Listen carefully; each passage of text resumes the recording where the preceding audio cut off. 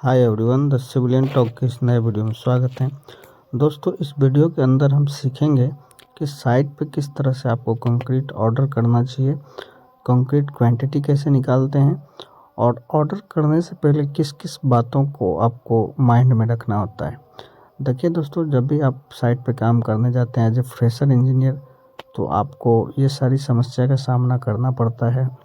तो आज वही सारी समस्याओं को ध्यान में रखते हुए इस वीडियो को बनाया गया है ताकि आपको वो सारी समस्या का निदान मिल सके। तो चलिए स्टार्ट करते हैं वीडियो को। देखिए, सबसे पहले आपको साइट पे कंक्रीट क्वांटिटी निकालना होता है। दोस्तों, कंक्रीट का क्वांटिटी निकालने के लिए सबसे पहले आपको वॉल्यूम निकालना होता है, और जब बात वॉल्यूम की आती है तो उसमें 3 डायमेंशन आपको इन्वॉल्व हो जाता है, लेंथ, विड्थ और हाइट। तो अब आपको डिसाइड करना होगा पहले कि आपका जो स्ट्रक्चर है कौन सा है, वो आपका कॉलम है, वाल है, स्लैब है, क्या है। तो उसके अकॉर्डिंग आपको उसका वॉल्यूम निकालना होता है।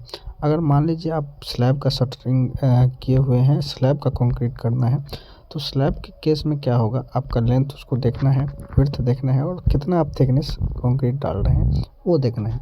उससे आपका कंक्रीट वॉल्यूम निकल जाएगा। ठीक है दोस्तों, तो वो मीटर क्यूब में आएगा। तो हम इस वीडियो में आपको एक फुटिंग का कंक्रीट निकाल के दिखाते हैं। जैसे कि देखिए, ये फुटिंग जो है हमारा 1 मीटर लेंथ और 1 मीटर विड्थ का है, और इसका जो डेप्थ है 0.3 मीटर है। तो वॉल्यूम कितना हो जाएगा इसका, देखिए वॉल्यूम निकालने के लिए सिंपल हम LBH करते हैं, और LBH किए तो इसका वॉल्यूम हमारा आ गया 0.3 मीटर क्यूब। तो इसी तरह से आपको किसी भी चीज़ का वॉल्यूम निकालना। अगर मान लीजिए स्लैब है 10 मीटर बाय 10 मीटर का है और 150 mm डालना है, तो उसी के अकॉर्डिंग 10 × 10 और 150 mm को मीटर में बदल के आपको उसको डालना होता है। उससे आपका कंक्रीट वॉल्यूम निकल जाएगा।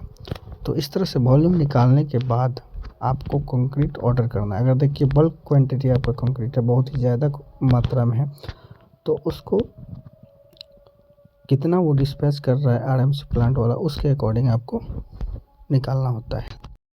तो इस प्रोसेस के द्वारा आप किसी भी स्ट्रक्चर का कंक्रीट वॉल्यूम निकाल पाएंगे। तो आशा करते हैं कि कंक्रीट वॉल्यूम निकालने में अब आपको कोई परेशानी नहीं होगी।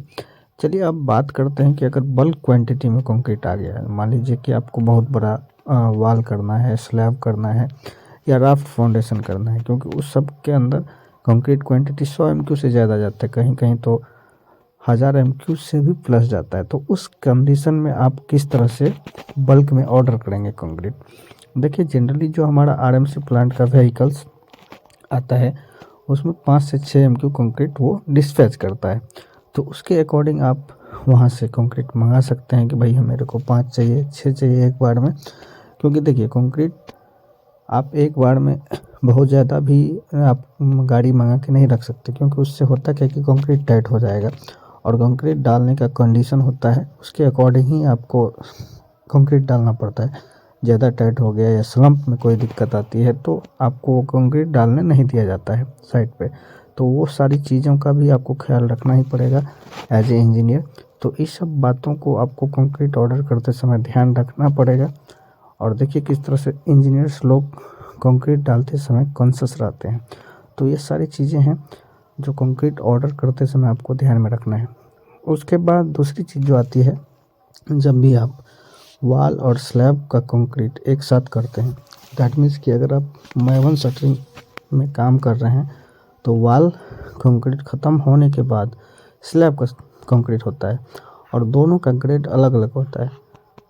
तो उस कंडीशन में आपको क्या करना है, जो वाल कंक्रीट लास्ट स्टेज में हो तो उस समय आप लास्ट गाड़ी को ध्यान में रख के मंगाएं, और जब स्लैब कास्टिंग लास्ट स्टेज में हो तो उस समय भी आप कंक्रीट वॉल्यूम कैलकुलेट करके मंगाएं।